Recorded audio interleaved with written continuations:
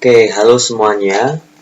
Pada video kali ini kita akan membahas mengenai manajemen persediaan.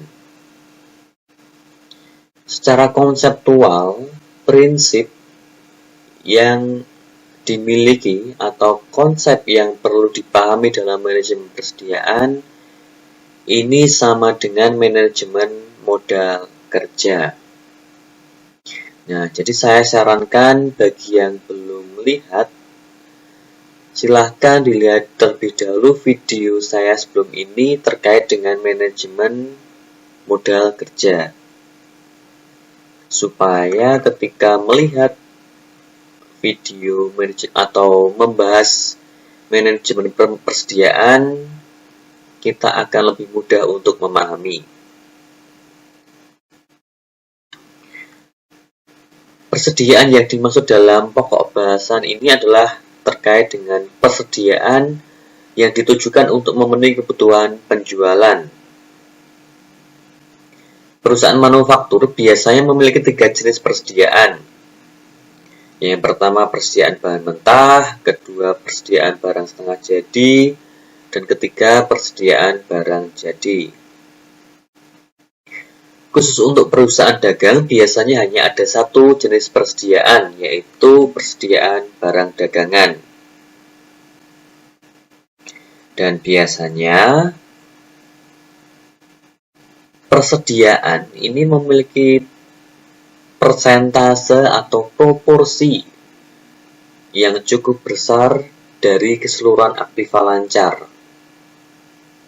Aktiva lancar itu meliputi kas, persediaan, piutang.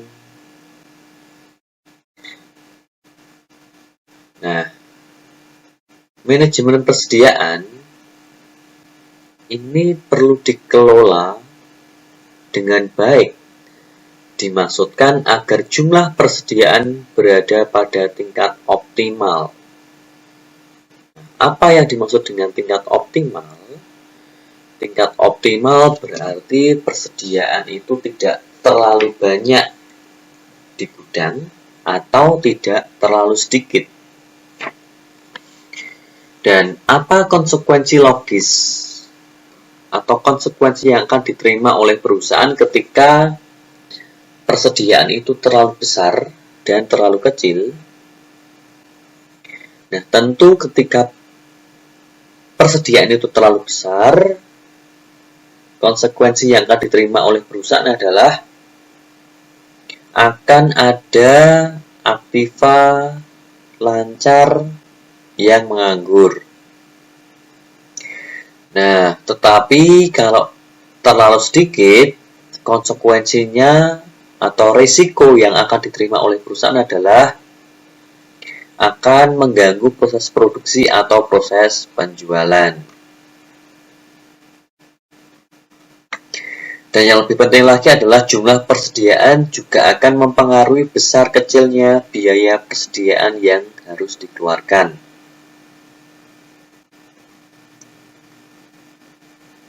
Dan dalam hal ini, metode yang akan dibahas terkait dengan pengelolaan persediaan lebih menekankan pada jumlah pesanan yang paling ekonomis. Nah, kalau berbicara manajemen keuangan adalah bagaimana kita melakukan manajemen, baik melakukan manajemen modal kerja, persediaan, yang pada nantinya menimbulkan biaya yang sedikit tanpa mengurangi manfaat. Atau dengan kata lain, bagaimana kita mengelola persediaan yang pada nantinya akan memberikan return yang besar bagi perusahaan. Dalam hal ini, biaya persediaan dikelompokkan menjadi dua. Yang pertama adalah biaya pesan atau order cost, dan yang kedua adalah biaya simpan atau carrying cost. Biaya pesan merupakan seluruh biaya yang harus dikeluarkan sehingga barang atau bahan sampai di gudang. Dan biasanya dihitung dengan berapa kali pesan dalam satu periode dikalikan dengan biaya pesan per satu kali pesan. Nah, ini ada sedikit kekeliruan. Jadi di sini biaya pesan terdiri dari biaya telepon, surat menyurat, biaya pengiriman, biaya bongkar dan muat, dan sebagainya. Sedangkan biaya yang kedua adalah biaya simpan atau carrying cost. Carrying cost merupakan seluruh biaya yang dikeluarkan untuk melakukan penyimpanan barang atau bahan sampai siap digunakan. Biasanya dihitung dengan rata-rata jumlah unit yang disimpan dikalikan dengan biaya simpan per unit per periode. Biaya simpan meliputi biaya listrik, gaji penjaga, biaya administrasi gudang, biaya kerusakan barang atau bahan, dan sebagainya. Ya, sederhananya biaya simpan itu biaya yang dikeluarkan untuk memesan barang. Biaya simpan adalah biaya yang dikeluarkan untuk menyimpan barang tersebut di gudang. Dan metode yang digunakan untuk mengelola persediaan digunakan metode Economic Order Quantity atau EOQ, yaitu jumlah pesanan yang paling ekonomis ditinjau dari sisi biaya pengelolaannya. Ingat ya, prinsipnya mana yang paling ekonomis.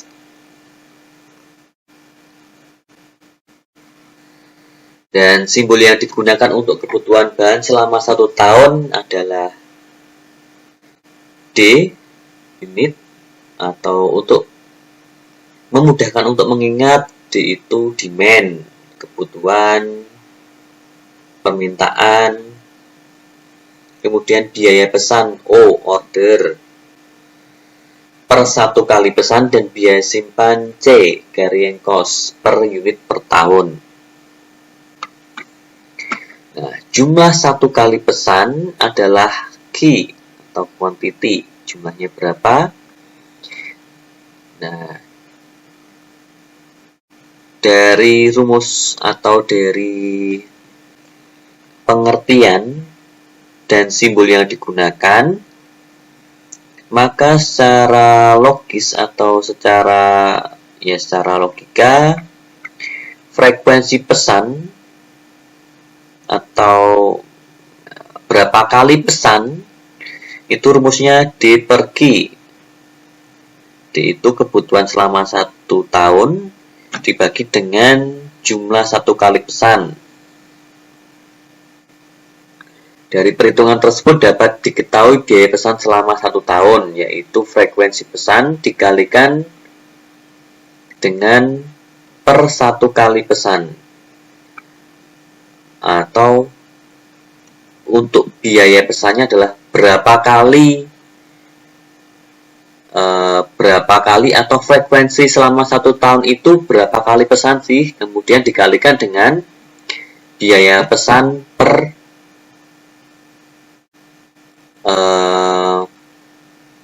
dikalikan dengan biaya per 1 kali pesan. Kemudian rata persediaan bahan yang ada dalam gudang, rumusnya adalah persediaan awal ditambah persediaan akhir dibagi 2, atau Q tambah 0 bagi 2. Sehingga biaya simpan adalah Q bagi 2 dikalikan dengan C, yaitu biaya simpan per unit per tahun. Nah, untuk silahkan untuk memahami ini, silahkan dibayangkan, silahkan di logika. Dan untuk memudahkan penalaran dari rumus ini, mari kita lihat contoh soal. Misalkan D itu kebutuhan perusahaan membutuhkan 2000 unit per 1 tahun dengan biaya pesan Rp50 per 1 kali pesan dan biaya simpan Rp5 per unit per tahun. Nah, untuk memperoleh biaya yang menimbulkan atau biaya yang paling ekonomis, kita membuat simulasi dengan berbagai alternatif untuk menghitung biaya persediaan.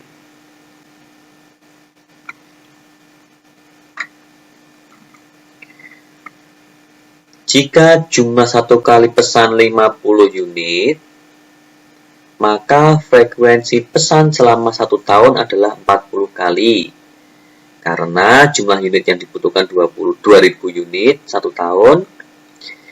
Jika 1 kali pesan memesan 50 unit, berarti frekuensi pesan 40 kali. Jika jumlah 1 kali pesan 100 unit, maka frekuensi pesan 20 kali dan seterusnya. Nah, dari alternatif ini kita akan hitung total biaya persediaan yang merupakan penjumlahan dari biaya simpan ditambah dengan biaya pesan. Yang pertama biaya simpan terlebih dahulu. Rumusnya Q kali C bagi 2, yaitu kuantitinya. Kuantitinya adalah 50 unit dikali dengan C. C itu biaya simpan Rp5. Kemudian dibagi 2. Nanti ketemu biaya simpannya adalah Rp125. Dan biaya pesan rumusnya D kali O per Q. D-nya permintaannya 2.000 dikalikan dengan biaya pesan Rp50 dibagi dengan Q. Q-nya adalah jumlah pesan bagi 50. Ketemu biaya pesan 2.000. Nah, kemudian untuk total persediaan tinggal dijumlahkan. Demikian pula untuk alternatif yang lainnya. Dari alternatif 1, 2, 3, 4, 5.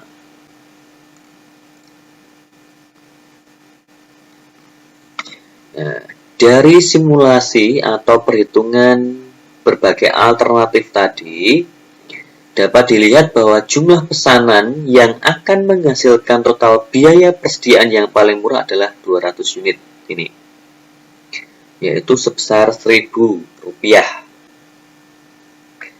Sehingga dalam 1 tahun harus melakukan 10 kali pembelian.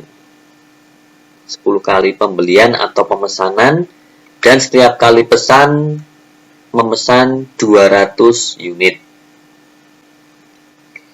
Kalau digambar dalam grafik adalah sebagai berikut. Yang pertama kita lihat biaya simpan. Oke, ini grafik garis biaya simpan. Yang melengkung ini garis biaya pesan.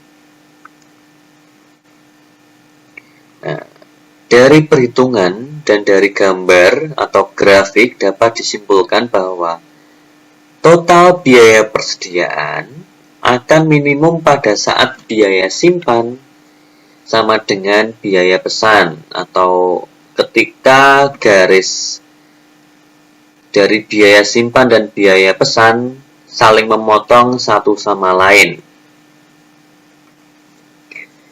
Dan secara matematis dapat dituliskan sebagai berikut. Di sini kan biaya simpan sama dengan biaya pesan. Biaya simpan adalah Q kali C bagi 2 dan biaya pesan D kali O per Q. Kemudian secara matematis kita cari dan ketemu bahwa Economic order quantity adalah rumusnya akar kuadrat 2 kali DO per C. Dan kalau biaya simpan dinyatakan dalam persentase dari nilai rata-rata persediaan, rumus akan berubah menjadi demikian.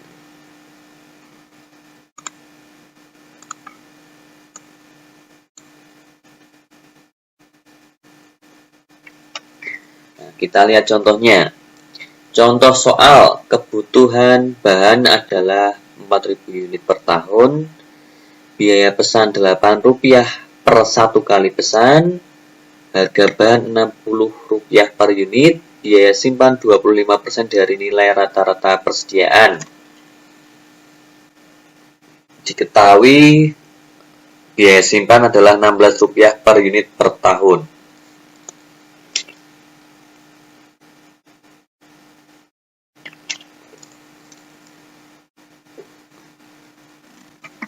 Nah, kemudian untuk mencari EOG ya kita tinggal masukkan saja dari rumusnya 2 dikali D, D-nya 4.000 dikali biaya pesan Rp80 dibagi C-nya biaya simpan Rp16 per unit per tahun gitu. Cukup mudah ya, tinggal untuk menghafal atau mengerti rumusnya kita gunakan singkatan dari bahasa Inggris masing-masing simbol. D demand, O order, C carrying, Q quantity, dan sebagainya. Kemudian pokok bahasannya yang kedua, kita membahas mengenai reorder point atau titik pemesanan kembali.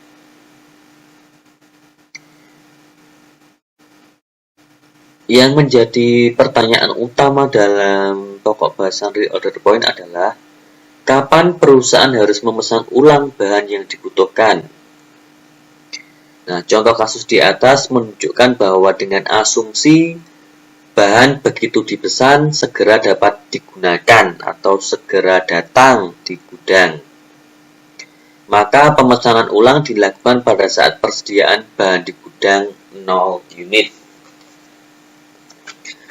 Atau dengan kata lain seperti ini, misalkan hari ini persediaan di gudang habis, maka hari ini perusahaan memesan bahan dan pada hari ini juga barang sudah diantar oleh supplier dan siap digunakan. Nah, itu tentu kondisi yang bisa dikatakan kondisi yang sempurna, ya bisa dibilang kondisi yang sempurna atau yang optimal, yang memungkinkan terjadi apabila dengan berbagai kondisi tertentu, misalnya jarak dari supplier ke gudang dekat. Nah, namun ada kondisi atau kadang-kadang bahan baru bisa digunakan atau barang baru datang ke gudang setelah beberapa hari dipesan. Nah, tentu sekarang ini banyak sekali contoh yang bisa digunakan karena kan sekarang modelnya adalah pembelian online melalui marketplace dan sebagainya. Misalkan saudara mempunyai perusahaan membuat bunga dari plastik. Nah, ketika persediaan perlu dipesan atau persediaan di gudang hari ini 0, nah, saudara perlu memperkirakan berapa lama yang dibutuhkan atau berapa hari yang dibutuhkan dari memesan bahan baku sampai bahan baku itu siap digunakan. Biasanya kan kalau jaraknya jauh, atau ketika kita memesan di marketplace ketika jaraknya jauh, atau memang pada saat padat-padatnya belanja online, misalnya pada waktu Harbolnas, tentu kan memerlukan beberapa hari jarak dari pesan sampai dengan barang tersebut sampai di gudang atau sampai dan siap digunakan. Jadi ada waktu tunggu atau yang sering disebut dengan lead time sebelum bahan itu dapat digunakan. Oke, seandainya 1 tahun adalah 300 hari kerja, maka pemakaian bahan per hari adalah 4.000 unit dibagi dengan 300 hari, yaitu 13,33 unit per hari. Ini menggunakan contoh soal yang atas tadi ya. Dan seandainya lagi waktu tunggu atau waktu antara dilakukannya pemesanan sampai dengan bahan datang adalah 3 hari, maka perusahaan harus memesan pada saat persediaan bahan di gudang tinggal 13,33 dikali 3 hari atau 40 unit. Atau dengan kata lain, ketika persediaan itu masih 40 unit, maka perusahaan perlu melakukan pemesanan kembali. Nah, inilah yang disebut dengan reorder point. Rumusnya adalah lead time atau waktu tunggu dikalikan dengan pemakaian bahan per hari. Itu ya, cukup mudah dipahami ya. Kemudian ada istilah safety stock, yaitu persediaan bahan minimal yang harus ada dalam perusahaan, yang juga akan mempengaruhi kapan perusahaan harus melakukan pemesanan kembali atau reorder. Misalkan safety stocknya 40 unit, maka ROP atau reorder point-nya adalah lead time, yaitu waktu tunggu tadi, berapa unitnya ditambah dengan safety stock.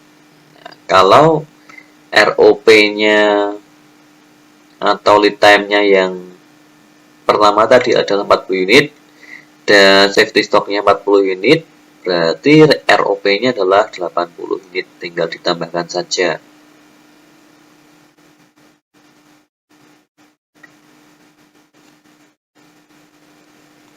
Selanjutnya adalah kita akan membahas mengenai faktor ketidakpastian.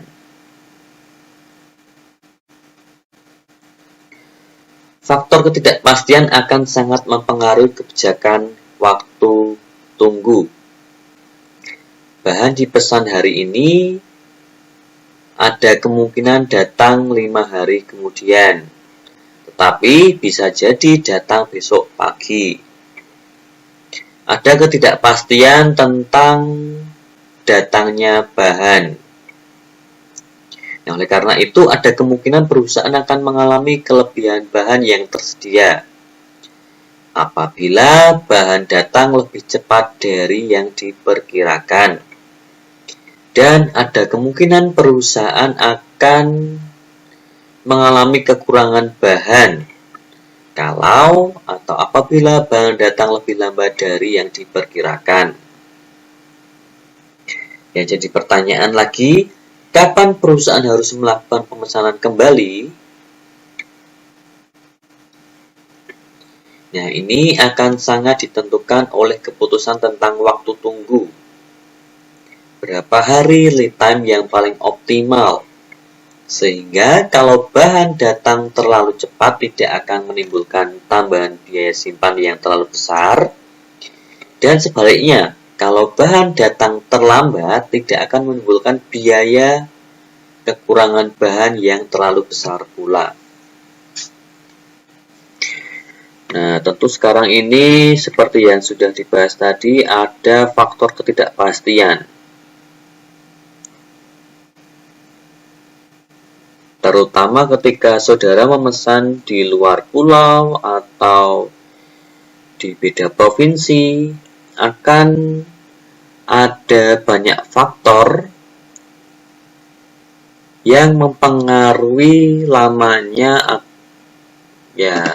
durasi dari pesan sampai dengan barang sampai. Faktornya contohnya misalkan tadi cuaca, kemudian transportasi, yang mungkin contohnya misalkan saudara memesan di hari raya, jika barang tersebut dikirimkan melalui transportasi darat, tentu juga akan dipengaruhi dengan macetnya jalan. Kemudian misalkan saudara memesan di Harbolnas, yang mana biasanya banyak pembeli online yang mengakibatkan banyak pesanan yang menumpuk, kemudian pesanan ada kemungkinan terhambat apabila armada dari kurir itu terbatas. Dan banyak lagi faktor yang menimbulkan adanya ketidakpastian waktu hantar atau waktu dari pesan ke siap digunakan.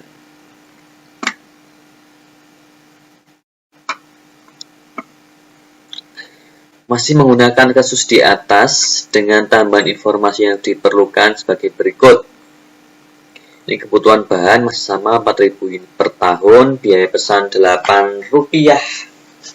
per satu kali pesan, harga bahan Rp64 per unit, biaya simpan 25% dari nilai rata-rata persediaan. Dan apabila terjadi kekurangan bahan karena bahan datang terlambat, maka perusahaan harus membeli bahan secara eceran dengan harga Rp70 per unit. 1 tahun 300 hari kerja. Dan dari pengalaman sebelumnya menyatakan bahwa bahan datang pada hari ketiga kemungkinan terjadi 30%, 4 hari 40%, 5 hari 30%. Nah, untuk menentukan waktu tunggu yang paling optimal, kita menggunakan kasus rumus tadi ya, EOQ tadi.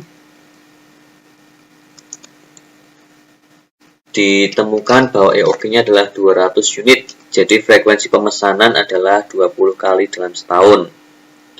Dan total biaya persediaan adalah Rp3.200.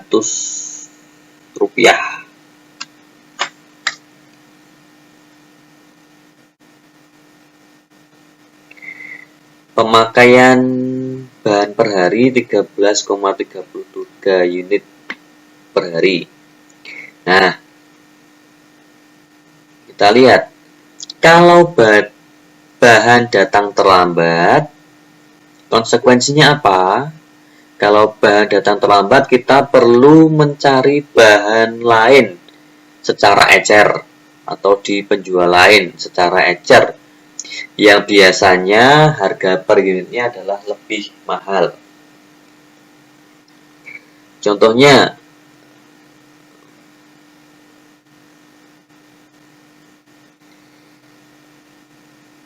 tambahan biaya kekurangan bahan per hari adalah Rp80 per hari. Asalnya dari mana? Per hari itu kita membutuhkan 13,33 unit. Ini ya, pemakaian per hari. Dikalikan dengan selisih harga antara harga eceran ketika kita membeli di pedagang lain dikurangi dengan harga pesan atau harga barang yang dipesan, yaitu Rp64. Dan tambahan biaya kekurangan bahan per hari adalah Rp80 per hari. Apabila tadi yang pertama kalau bahan datang terlambat. Sedangkan yang kedua, kalau bahan datang terlalu cepat. Nah, kalau terlalu cepat kan berarti kita memerlukan gudang. Kita memerlukan gudang berarti ada tambahan biaya simpan. Kalau bahan datang terlalu cepat, sekali pesan sesuai dengan EOQ adalah 200 unit, maka setiap hari bahan yang disimpan akan bertambah dengan 200 unit sampai sisa bahan yang lama habis. Biaya simpan per unit per tahun adalah Rp16. Jadi biaya simpan per unit per hari adalah Rp16 dibagi 300 hari, yaitu 0,053 rupiah. Dan TBS per harinya adalah 0,053 rupiah dikalikan dengan 200 unit. Karena untuk pesanan sesuai EOQ adalah 200 unit. Oke. Selanjutnya kita menghitung total tambahan biaya dengan melakukan simulasi atau perhitungan berbagai alternatif waktu tunggu.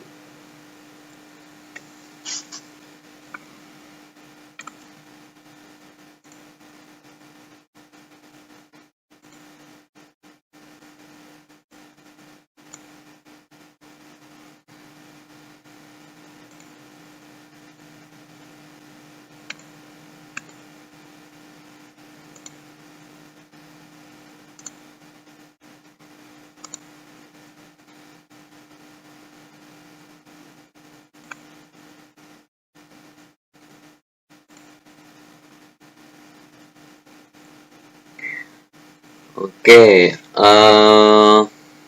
nah,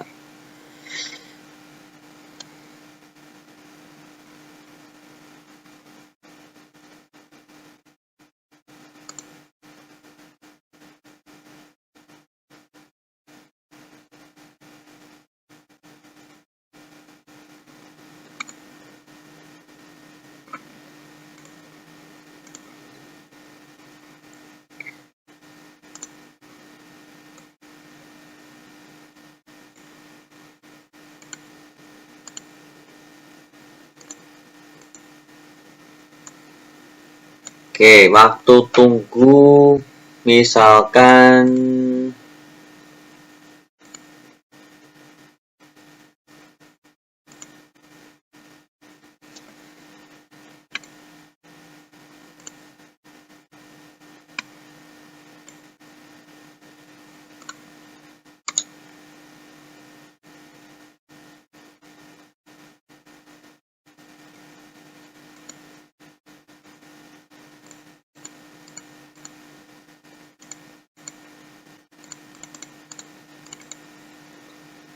ya.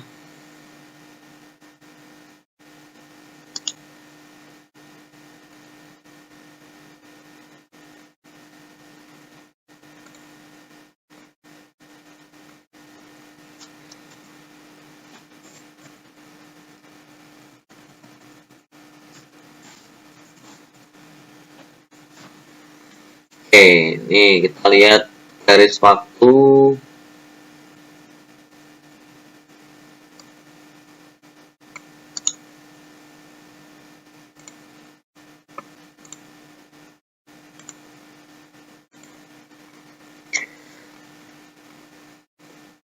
Yang pertama, apabila kita menentukan waktu tunggu adalah 3 hari, tadi kan ini ya, berdasarkan kejadian masa lalu, kemudian kita ada kesimpulan begini, bahan datang 3 hari, bahan datang pada hari ketiga kemungkinan 30% dan seterusnya.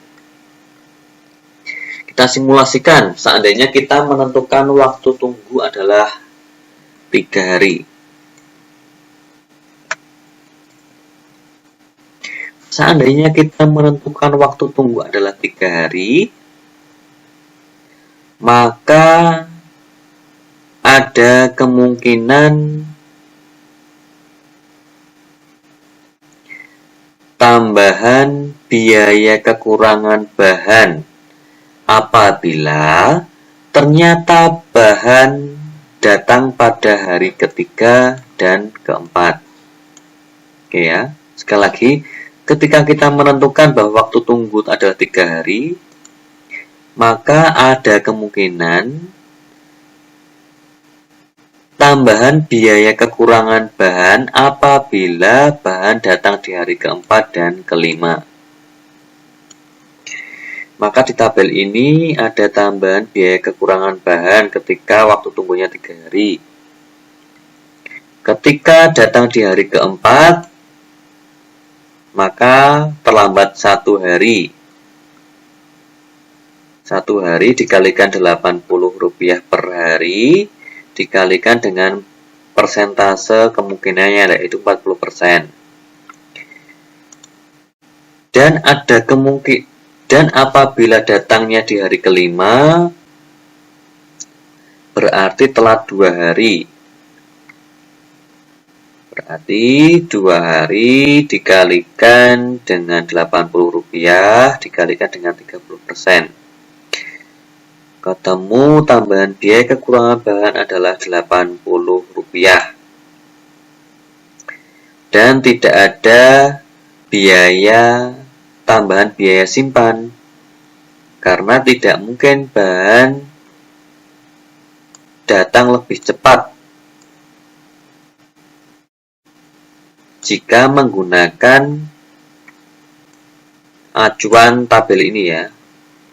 Jika menentukan 3 hari, berarti tidak ada kemungkinan datang lebih cepat. Dan ketika kita menentukan waktu tunggu adalah 4 hari, ada kemungkinan tambahan biaya kekurangan bahan apabila ternyata bahan datang di hari kelima. Telatnya 1 hari saja. 1 hari dikalikan dengan Rp80 dikalikan dengan 30%. Dan apabila kita menentukan waktu tunggu 4 hari, ada kemungkinan barang datang lebih cepat, yaitu di hari ketiga, yang akan menimbulkan tambahan biaya simpan sebesar, ini harusnya 3,2 ya, bukan 3.000 tapi 3,201. Sekali lagi, ketika kita menentukan waktu di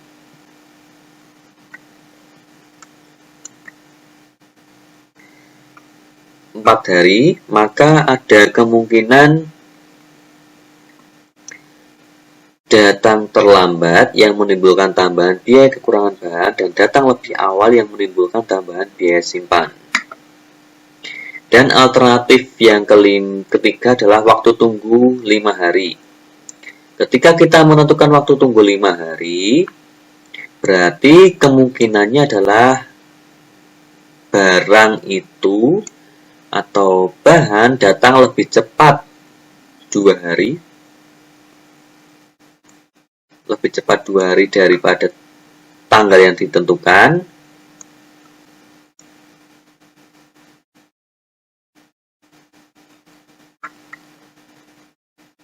Dua hari ini berarti tanggal 3, berarti persentasenya 30%. Dan terlambat 1 hari ketika datangnya di tanggal 4. Di tanggal 4 itu berarti lebih cepat 1 hari, persentasenya adalah 40%. Nah, ini saya bilang tanggal untuk memudahkan saudara memahaminya seperti itu. Oke. Dengan melihat garis waktu ini, harapan saya lebih mudah saudara untuk memahami penjelasan dari tabel faktor ketidakpastian atau alternatif dari beberapa waktu tunggu. Nah, dari perhitungan alternatif di atas nampak bahwa kalau waktu tunggu lead time 5 hari, melakukan pemesanan pada saat bahan di gudang tidak tinggal mencukupi untuk kebutuhan 5 hari, akan menghasilkan total tambahan biaya yang paling murah, yaitu 11,03. Sehingga waktu tunggu 5 hari adalah waktu tunggu yang paling optimal, karena menimbulkan total biaya yang paling kecil. Nah, kemudian sub pokok bahasan yang terakhir adalah potongan pembelian. Tawaran potongan pembelian dari supplier seringkali harus dipertimbangkan untuk diperbandingkan dengan biaya persediaan kalau membeli dengan metode EOQ. Berikut ini diberikan ilustrasi untuk menggambarkan keadaan tersebut. Misalkan kebutuhan bahannya adalah 2000 unit per tahun, harga per unit Rp20, biaya pesan Rp50 per 1 kali pesan, dan biaya simpan Rp5 per unit per tahun. Dan perusahaan ditawari potongan pembelian sebesar 3% apabila dalam 1 kali pembelian membeli minimal 1000 unit. Yang pertama, kita hitung membeli dengan EOQ terlebih dahulu. Kita masukkan rumus. Ketemu total cash outflow-nya adalah Rp41.000. Dan kita hitung apabila mengambil penawaran dari supplier, yaitu membeli dengan minimal 1000 unit akan mendapatkan potongan sebesar 3%. Kita masukkan rumus harga bahan mentahnya 2000 unit dikali dengan Rp20 dikalikan 0,97 karena dapat potongan 3%.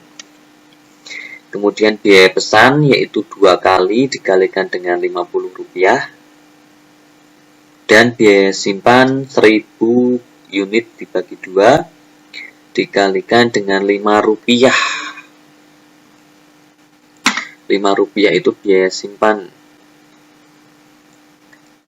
Nah, kemudian dikali dengan 0,97. Ini setelah adanya potongan 3%. Setelah dihitung dengan ilustrasi penawaran yang diberikan supplier, ternyata total cash outflow-nya adalah Rp41.325. Nah, dari perbandingan biaya yang harus dikeluarkan tersebut, nampak bahwa pembelian dengan menggunakan EOQ ternyata memberikan biaya yang lebih kecil karena tawaran potongan pembelian tersebut oleh karena itu, tawaran potongan pembelian tersebut sebaiknya ditolak. Nah,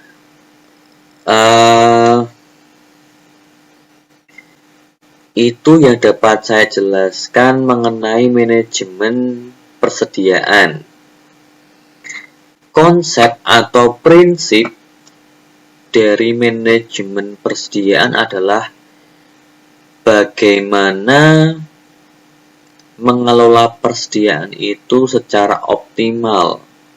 Optimal adalah persediaan di gudang tidak terlalu besar dan tidak terlalu kecil. Dan lebih penting lagi adalah bagaimana mengelola persediaan atau menentukan persediaan yang akan menimbulkan biaya paling ekonomis yang pada nantinya akan memberikan return paling optimal bagi perusahaan.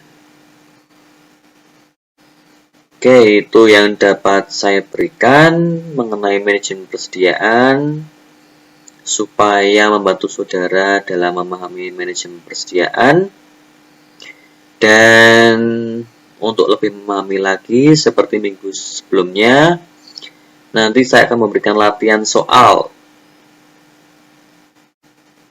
yang dapat menstimulasi atau membantu saudara untuk memahami manajemen persediaan. Akhir kata, saya ucapkan terima kasih telah mendengarkan atau menonton video ini dengan baik supaya dapat membantu, dan selamat belajar.